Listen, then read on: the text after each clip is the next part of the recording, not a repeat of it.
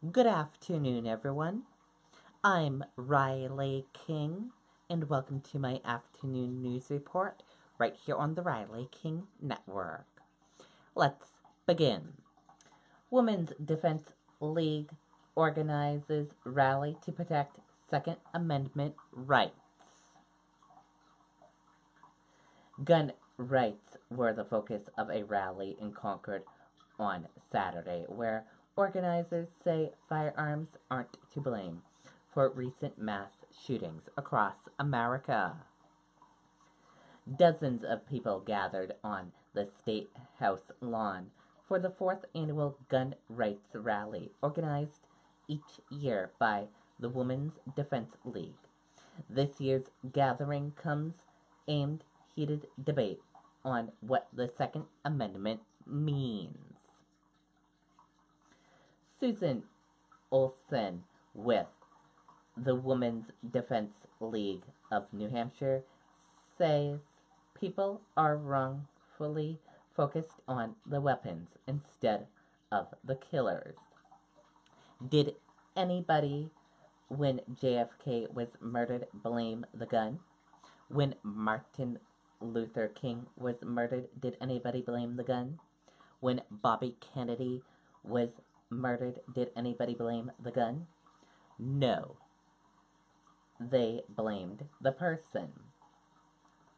Overall, law enforcement ability to ensure even the laws that we have appear not to be able to be done, says Eric Matthews from Milford. So, by adding more law, how will it be enforced? Advocates of tighter gun laws, though, say the law isn't as strict as people believe.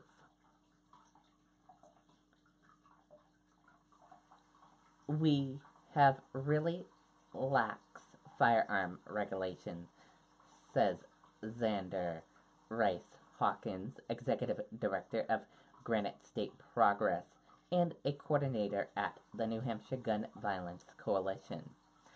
But some of the legislation we see coming out of the State House is not representative of the views that are in our state.